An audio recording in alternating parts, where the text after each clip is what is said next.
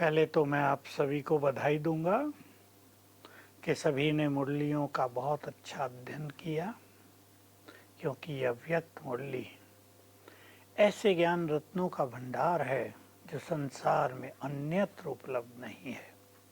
मैं आपको एक छोटी सी घटना सुनाऊं। बहुत साल पहले की बात है। मैं ट्रेन से यात्रा कर रहा था दिल्ली से आबू की। तो मैं एक अव्यक्त मुरली किताब थी उसको पढ़ रहा था। मेरे सामने एक सिद्धपुर के पंडित बैठे थे।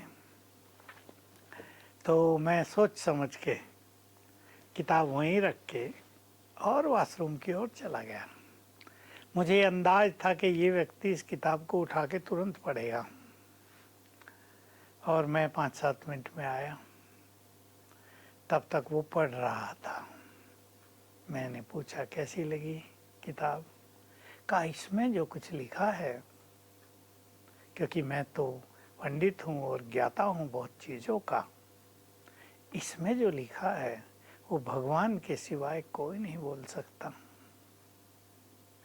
देखो, एक ऐसे व्यक्ति को जो अभी ब्रह्मा कुमारी के बारे में कुछ नहीं जानता, उसको अव्यक्त मुरलियाँ पढ़ के ऐसा लगा। बात 40 साल पहले की होगी। तो हम तो भाग्यवान हैं जो भगवान ने स्वयं आकर हमें पढ़ाया है। गुह्य रहस्य हमारे सामने उजागर कर दिए हैं। और आपने कई बार सुना होगा, मैं ये बात बताता हूँ, ये मेरी महिमा की बात नहीं पर मेरे अनुभवों की बात है कि मुझे मुरलियों में बहुत सुख मिला है।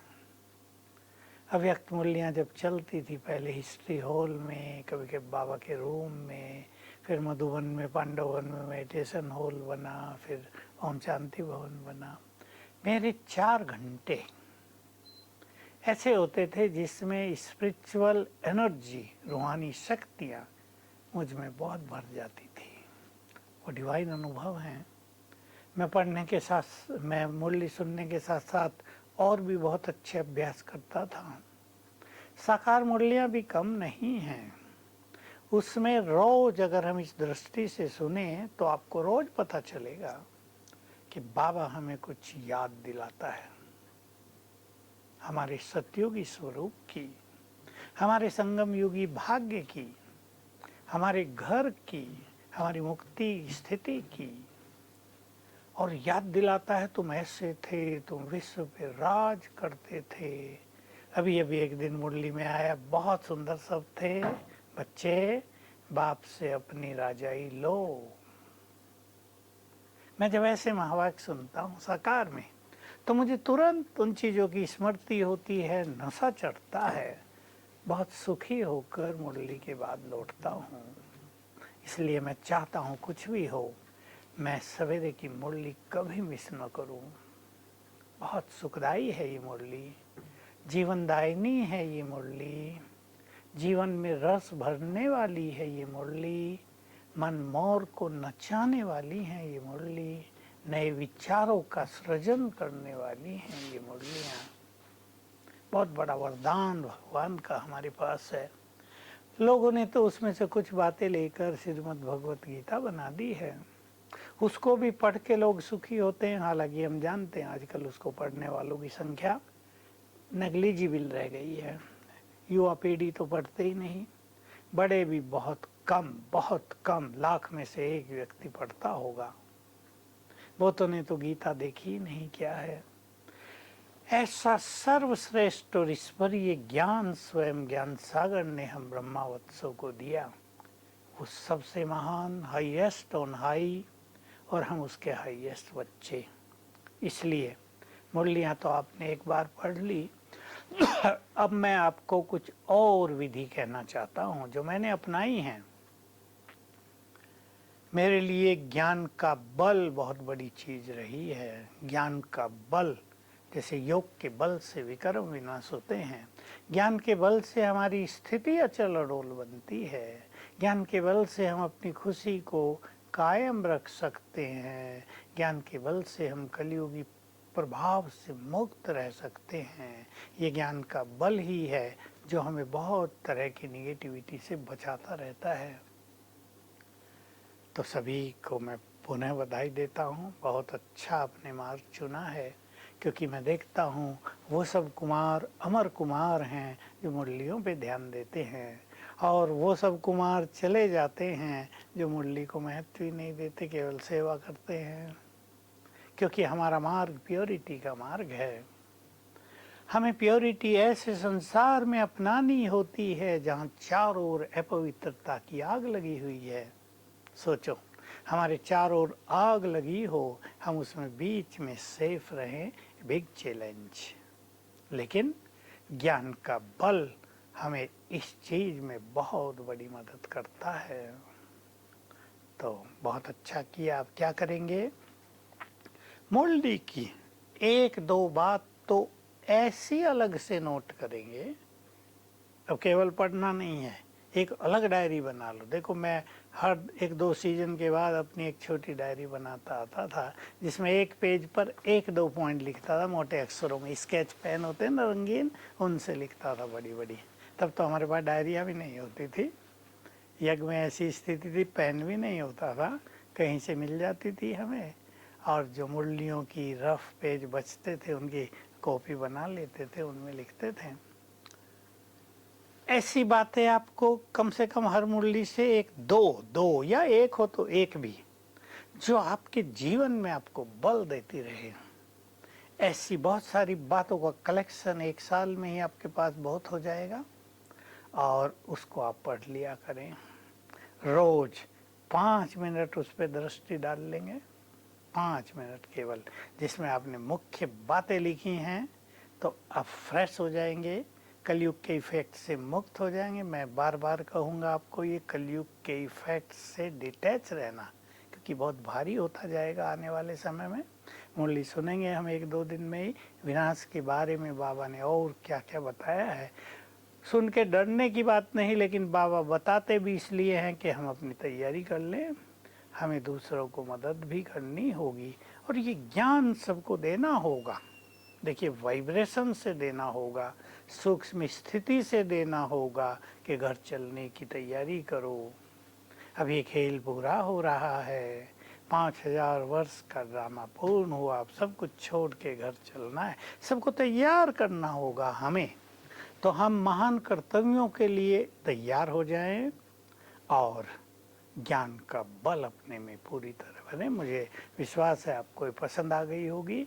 मुरली से एक दो बात अलग से नोट करेंगे और मुरली पढ़ेंगे। जो आप अपना टाइम निश्चित कर लें। मुझे बताया नहीं गया कब पढ़ते हैं, पर सोने से पहले पढ़ना बहुत कल्याणकारी होता है। उसका इफेक्ट दो चीज़ों पर बहुत अच्छा पड़ता है। आज का कुछ भी बुरा हुआ हो, कोई भी कहीं अपमान हुआ हो, कहीं असफलता हुई हो, कोई निगेटिविटी का प्रभाव रहा हो, मुरली पढ़ने से वो समाप्त हो जाएगा, और विचार सुंदर होंगे, नशा चढ़ेगा तो सवेरे का समय भी सुंदर बीतेगा। डबल फायदा। और ये हमारा सर्किल बहुत सुंदर बन जाएगा। आपके पास मुरलियों का की जो सुंदर बातें हैं उनका एक कलेक्शन होता रहेगा। सुंदर बातें हम उन्हें कहेंगे जो हमें जगा दें। ध्यान दें इस शब्द पे, हमारी सोई हुई चेतना को जगा दें, हमें हमारे महान कर्तव्यों की याद दिला दें, हमें हमारे महान स्वमानों में टिका दें। उनको कहते हैं हम सुंदर बातें। नशा चढ़ा दें। स्वमान जो हमारी स्मृतियाँ हैं, आप सब जानते हैं, हर मुरली की पहली लाइन एक स्वमान से ही शुरू करते हैं बाबा, कि आज बाप दादा ऐसे ऐसे बच्चों को देख रहे हैं, वो भी स्वमान, और मुरली के बीच में भी कुछ स्वमान आएगा। अगर आपके पास किताब हो संदेशों की, उन दिनों बाबा के संदेश भी बहुत आया करते थे। अब मेरे पास भी नहीं है, पर मुझे बहुत सारी उससे गाइडलाइन मिली थी, और वो एक बुक छपी हुई थी, बाबा के संदेश गुलजार दादी के द्वारा जो आते थे, उनको भी आप देख सकते हैं। पर मुरली अपने में बहुत सुंदर संदेश है, और जो कुछ आपको उससे होमवर्क मिले उस मुरली से, अगला पूरा दिन उस पर बहुत अच्छा अभ्यास करना है। ध्यान देंगे इस बात पे, केवल पढ़ लिया, बहुत अच्छी बातें लगती हैं बाबा के बच्चों को, बाबा की बातें बहुत इफ़ेक्टिव लगती हैं, लेकिन अगले दिन जो कुछ बाबा ने कहा उस पर हमारा अच्छा अभ्यास अवश्य हो जाए। मुरलियों में आया आजकल में अशरीरीपन। कल की बहुत अच्छी लाइन थी, देखो छोटी सी लाइन में बाबा सार बता देते हैं। कल थी आज ही थी, विनाश होगा भयानक, तुम्हें शक्तिशाली बनना है, जितना जितना तुम अशरीरी होंगे शक्तिशाली बनते जाएंगे। अभी अशरीरीपन की तो हमें रोज की हम सुनते हैं ये बात, लेकिन बाबा उसको अलग अलग महत्व के साथ बताते हैं।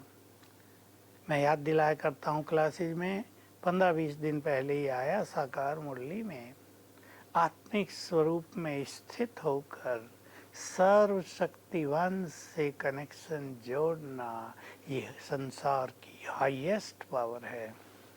कितने सुंदर शब्द हैं। हम जिसे छोटा समझते हैं कि हमें योग लगाना है, वो कितनी बड़ी चीज है, highest power in the world. सोचो, अगर हम इस स्वरूप में स्थित होंगे तो हम बहुत पावरफुल होंगे। मान लो चारों ओर विनाश के सीन दिखने लगे और हम इस स्वरूप में स्थित हैं। मैं आत्मा देह से न्यारी, शक्तिशाली और सर्वशक्तिवान सिर के ऊपर छत्र छाया है। कितना अच्छा हो जाएगा। हम सबसे शक्तिशाली होंगे, हमारी शक्तियों के वाइब्रेशंस दूसरों की रक्षा करेंगे। बाबा के शब्द मुझे याद रहते हैं, वो सोमान ज़्यादा नहीं चला मुरलियों में, तो मास्टर विश्व रक्षक हो, बहुत पहले का सोमान था। 1-2 बार ही बाबा ने बोला, फिर नहीं बोला था। मास्टर विश्व रक्षक, तो हमारी उपस्थिति, हमारे वाइब्रेशंस संसार के लिए रक्षक बनने का काम करेंगे। एक और काम मैं आपको देना चाहता हूँ। मूल्याँ भिन्न भिन्न टॉपिक पे चलती हैं और अव्यक्त मूल्य तो ऐसी कि एक टॉपिक को लेकर ही बाबा लगभग चलते हैं, उसके इधर उधर ही 2-4 बातें सुनाते हैं। फोकस रहता है बाबा का भी एक बात पर। मान लो संतुष्ट मणि हो तुम, इस पर बाबा की मुरली चली है। तो आप चाहे अपने ग्रुप में, चाहे व्यक्तिगत रूप से ऐसी बातों पे डिस्कस अवश्य कर लें। वैसे ग्रुप में करेंगे तो बहुत अच्छा होगा। हम संतुष्ट मणि कैसे बने, कैसे संतुष्ट करें, स्वयं को संतुष्ट कैसे करें, दूसरों को संतुष्ट कैसे करें। उदाहरण के लिए एक छोटी सी बात, आज मनुष्य खुशी किस में ढूंढता है? एक अच्छा मकान हो, अच्छा साथी हो। लोग जीवन साथी अच्छा चाह रहे हैं आजकल, क्योंकि मैरिजेज बहुत फेल हो रही हैं, समस्याएं बनती जा रही है मैरिजेज में। हर व्यक्ति चाह रहा है अगर शादी करें तो साथी अच्छा हो। आजकल ऐसा मुश्किल हो रहा है, इसलिए कुमारों को तो साथी मिल गया सुप्रीम, खुदा दोस्त, उससे अच्छा साथी तो कोई हो ही नहीं सकता, और साथी की तलाश की जरूरत नहीं है। तो चर्चा करेंगे, कहाँ ढूंढते हैं लोग खुशी? साधनों में। एक अच्छा मकान हो, एक बहुत अच्छी कार हो, और उसके पास ये है मेरे पास है ही नहीं, उसने इतना पैसा इकट्ठा कर लिया मेरे पास तो कम है। तो मनुष्य स्थूल साधनों में खुशी ढूंढ रहा है और तृप्ति कहीं नहीं है। आप सब ज्ञानी हैं, आप जानते हैं। कुमार तो वही तृप्त हैं जो खाए पिए मौज करें, जो मिल रहा है प्रभु का आनंद लें। और जो धन के पीछे भाग रहे हैं वो तो भागते ही रहेंगे। हमें ऐसी स्थिति बना लेनी, धन हमारे पीछे भागे, ये भी तो संभव है। We are the master of nature, प्रकृति के मालिक हैं। धन हमारे पीछे भी भाग सकता है और भागेगा, देख लेना आप थोड़े दिनों के बाद। हमें धन के पीछे भागने की जरूरत नहीं पड़ेगी। हम अपनी स्थिति को ऐसा बना ले कि हम प्रकृति के मालिक हैं। और बाबा की बात याद रखें, मैं याद दिला दूं, क्योंकि आप अब ज्ञान खजानों से भरपूर होते जा रहे हैं। बाबा ने कहा है, जिसके पास ज्ञान धन बहुत है उसे स्थूल धन कमाने में मेहनत नहीं लगती। 4 तरह के सत्ताओं की बात बाबा ने कभी की थी। एक अव्यक्त मूल्य है वो, जिसमें धन की सत्ता की बात की। धन भी तो एक सत्ता है ना, शक्ति है।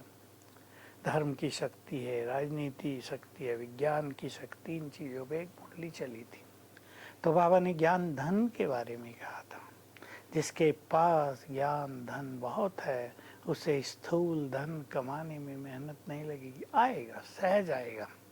हमारी मनोस्थिति धन को अट्रैक्ट करती है। मैं आपको एक छोटा सा अनुभव कहूँ, आज तक मैं देखता आया, जिन कुमार कुमारियों की मनोस्थिति अच्छी है, उन्हें डिग्री से पहले ही अच्छी जॉब मिल जाती है। आप जानते ही हो, जो इंजीनियरिंग करते हैं या और किसी फील्ड में हैं, लोग आते हैं कंपनी वाले, और जिनकी मनोस्थिति अच्छी नहीं होती, उनको संघर्ष करना पड़ता है। वो भी आपको पता है, आप में से भी कईयों ने किया होगा। लोग सरकारों को दोष देते हैं कि युवकों को नौकरियां नहीं, जॉब नहीं। मैं ये नहीं मानता। अपने को योग्य बनाओ। बल्कि हमारे बहुत सारे युवक तो ऐसे सोचते हैं, हम किसी के पास जॉब क्यों करें, हम दूसरों को जॉब देंगे, ऐसा कर दें। कितनी अच्छी बात है। थॉट है ना, एक विचार है। तो हमें अपने को ज्ञान बल से भरपूर करना है। तो जो मैं कह रहा था आपको, चाहे आप अपने ग्रुप में वीक में एक बार भी, देखिए कोई भी चीज़ रोज करना ग्रुप वाइज तो इतना पॉसिबल नहीं होता, लेकिन व्यक्तिगत रूप से आप करेंगे, और करेंगे रात को, जैसे मैंने आपको सजेस्ट किया, तो बहुत अच्छा रहेगा। लेकिन मैं एक राय और दे रहा हूँ, जो कर सके। मान लो मुरली खुशी पे चली, संतुष्टता पे चली, साइलेंस पावर पे चली, प्योरिटी पे चली, बहुत सारे टॉपिक हैं हमारे। योग को सहज कैसे बनाया जाए, इस पे चली। बाबा ने ये मुरली सुनाते सुनाते अनुभूति दी कि बाबा मेरा है, इस फीलिंग में आ जाओ। अभी सब तो बहुत छोटे हैं, बाबा मेरा, लोग कहेंगे इसमें क्या हुआ, बाबा मेरा ठीक है। लेकिन इनकी गहराई पर थोड़ी सी बातें लिखो। लिखने की आदत जिन कुमारों को हो जाएगी, उनको बहुत अच्छे अनुभव होंगे। मैं छोटा सा अनुभव सुना दूं। 72 की बात है, अव्यक्त बाबा से मिलन हुआ। उन दिनों हम लोग बहुत मिलते थे और हमारे पास अच्छा टाइम होता था। तो बाबा ने मेरे से पूछा, मैं योग बहुत ज़्यादा करता था। बाबा ने पूछा, जितना योग का चार्ट है उतना ज्ञान मनन का भी है? मैंने कहा है ही नहीं। खुले थे हम, बाबा से खुल चुके थे तब तक, बहुत बार मिल लिए थे।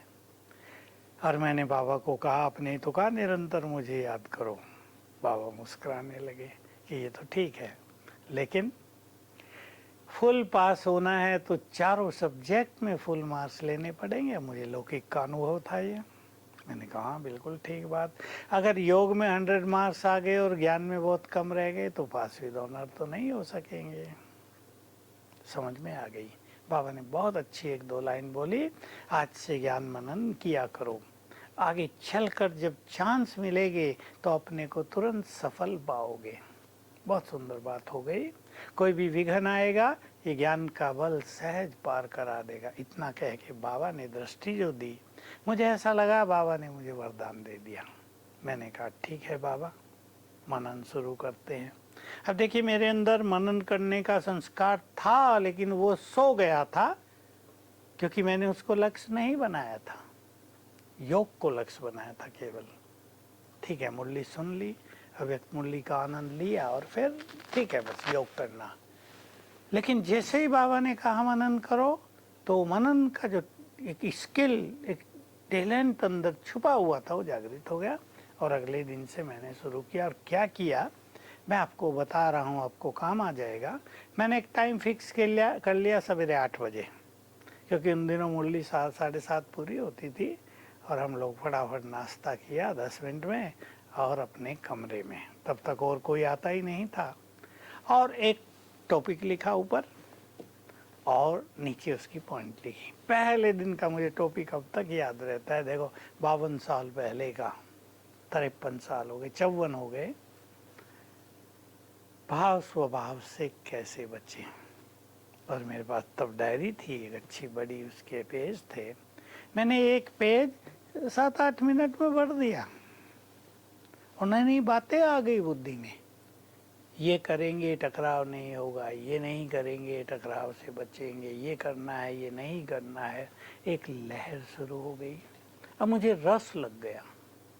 तो जैसे ही मुरली पूरी हो और मैं कहीं नहीं जाता था, नाश्ता किया फटाफट और 8 बजे कमरे में जैसे ही डायरी पेन ली, टॉपिक भी खुद आता था बुद्धि में और लहर एक फ्लो मन में चालू हो जाता था। ये मैंने इसलिए सुना है आपको। एक टाइम फिक्स करो। हमारे ब्रेन की एक सटल स्थिति है कि एक टाइम पर उसमें वही फ्लो जागृत होता है। देखो जैसे टाइम पर सोने के हार्मोन सीक्रेट होते हैं, टाइम पर उठने के, टाइम पर भूख के, ब्रेन की रचना बहुत गुह्य है। तो एक टाइम पर यदि हम टाइम बाउंड हो जाएं और टाइम पे एक काम करने लगें तो हमारा ब्रेन हमें बहुत साथ देता है। तो इस तरह कोई भी टाइम अपने जीवन में चूज करके आप सभी, मैं सबको कहूँगा, मैं जानता हूँ मनन सबसे नहीं होता, फिर भी सभी करेंगे। 5 ही पॉइंट लिख लो, भले ही बढ़ने लगेगा फ्लो। और जिससे कुछ भी नहीं होता, मैं एक और विधि बता रहा हूँ जो कुमारों से मैंने बहुत कराई है उन दिनों में, कि एक पेज मुरली का पढ़ो, एक पेज उसको बंद कर दो और उसका सार लिखो 5 लाइनों में। भूल जाए फिर पढ़ लो, सार लिखो। मेमोरी पावर भी फ्रेश होने लगेगी, याद रहने लगेंगी मुरली के पॉइंट्स। और सार लिखने से मनन शक्ति बहुत अच्छी धीरे धीरे डेवलप होगी। ये सब आप काम करेंगे जो जिसको पसंद हो। ऐसा भी कर सकते हैं कि आपने मुरली पढ़ ली, सारी मुरली पढ़ ली अच्छी तरह ध्यान से, और जब लक्ष्य होगा तो ध्यान से ही पढ़ेंगे और सोच के रखो मुझे इसकी 10 बातें लिखनी हैं, 10 लाइन, एक लाइन में, तो ध्यान से पढ़ा जाएगा। मुरली को बंद कर दो, 10 लाइन लिखो। मान लो नहीं याद आ रहा, फिर एक दृष्टि डाल लो, फिर लिख दो। 5-7 दिन ऐसा करने से मुरली में एकाग्रता बढ़ जाएगी, उसकी गुह्य बातें समझ में आती जाएंगी और हमारी मनन शक्ति बहुत बढ़ेगी। मुझे विश्वास है आप सबको ये बात पसंद आई होगी और ज़रूर आप सब करेंगे, क्योंकि कुमार जीवन एक ऐसा जीवन है जिसमें आप जो चाहे कर सकते हैं। मैं सोचा करता हूँ आजकल कि मैंने अपने जीवन में पहले 16 साल जो कुछ किया अब क्यों नहीं कर पाता। मैं पहाड़ियों पे ही रहता था बहुत समय, डेली एक बार बाबा की पहाड़ी पे चला जाता था, डेली 1-2 बार वो हनीमून पॉइंट तक है वहाँ तक योग के लिए घूमता था। घूमते हुए मुझे योग बहुत अच्छा लगता था। तो अब नहीं हो सकता, होता ही नहीं। मैंने बहुत कोशिश करके देख ली, क्योंकि ब्रेन की शक्ति युवा काल में बहुत स्ट्रांग होती है। जैसे जैसे आयु बढ़ती है उसमें क्षीणता आती ही है। किसी 80 साल के व्यक्ति का ब्रेन उतना पावरफुल नहीं हो सकता जितना 10 साल के बच्चे का है। इसलिए जब आप यंग हैं, इस अपने ब्रेन की शक्ति का, शरीर की शक्ति का पूरा फायदा उठा लो। समय तेजी से बदलता जाएगा। हम सब देखेंगे अब हर साल आपको लगेगा सीन बदलते जाते हैं। कोरोना तो 2 बार चल गया था, लंबा समय हो गया था, डरा भी दिया लोगों को। ये तो आप देखेंगे हर साल डरावने सीन आएंगे। इसलिए मैं आप सभी भाइयों को, दिख तो मुझे बहनें भी रही हैं कुछ, लेकिन भाइयों को ये कहूँगा, पावरफुल एंड निर्भय, I am most powerful and fearless बन जाएं सभी। और ये तब होता है जब सवेरे उठते ही हम ऐसे सुंदर संकल्प करते हैं। तो आप सभी बधाई के पात्र हैं। बाबा को आप जैसे बच्चे बहुत प्यारे लगते हैं, जो उसके ज्ञान को महत्व देते हैं, जो उसके रत्नों के महत्व को समझते हैं। और मैं लास्ट बात एक कह दूँ आपको कि जब हम अभ्यास करते हैं ना मुरलियों की बातों का, तो हमारा जो ब्रेन है, बुद्धि के साथ हमारा ब्रेन, ये रिफाइन और डिवाइन होते जाते हैं और इसमें गुह्य बातें हमारी पकड़ में आने लगती हैं। वही चीज़ें जो हमने 100 बार सुनी हो मुरलियाँ, अब मैंने तो बहुत बार सुन ली, लेकिन कुछ बातें अब भी नई पकड़ में आ रही हैं मुरलियों से, उन्हीं साकार मुरलियों से। अव्यक्त मुरलियों पर तो मेरी पकड़ बहुत ज़्यादा थी पहले ही दिन से, लेकिन साकार मुरलियाँ भी कम नहीं हैं, बहुत कुछ देती हैं हमें, बहुत कुछ सिखाती हैं। इसलिए आज ऑनलाइन का ज़माना आ गया, लेकिन मैं सभी को कहूँगा सेंटर में जाकर मुरली सुनने का अलग महत्व है, विशेष एनर्जी मिलती है, हम चुस्त भी रहते हैं। घर में सुनना है तो चलो नहाते धोते भी सुन लेंगे, अपना नाश्ता बनाते हुए भी सुन ले, कुमारों को भोजन बनाना तब भी सुन लेंगे, अलग चीज़ हो जाती है। रस में कमी पड़ जाएगी, कंसंट्रेशन में कमी पड़ जाएगी। तो आप सभी को बहुत बहुत धन्यवाद। बढ़ते रहो आगे और हर एक अपना पार्ट फिक्स कर ले कि आने वाले विनाश के काल में, ये शब्द हम आपके सामने बोलते हैं, बाहर तो नहीं बोलते, लोग विनाश सुन के डर जाते हैं। विनाश के काल में मुझे ये सुंदर रोल प्ले करना है, चित्र बनाना अपने रोल का, अपना रोल हमें स्वयं फिक्स करना है। बाबा उसकी शक्तियाँ, मदद आप ही हमें देता रहेगा, क्योंकि जो कुछ हम करना चाहेंगे वो होगा। मुझे बाबा का एक शब्द, एक लाइन बहुत याद रहती थी, ऐसा हो नहीं सकता कि तुम्हारी निस्वार्थ शुभ कामनाएं पूर्ण न हो। आप सबको बहुत बहुत बधाई और बहुत बहुत धन्यवाद। ओम शांति।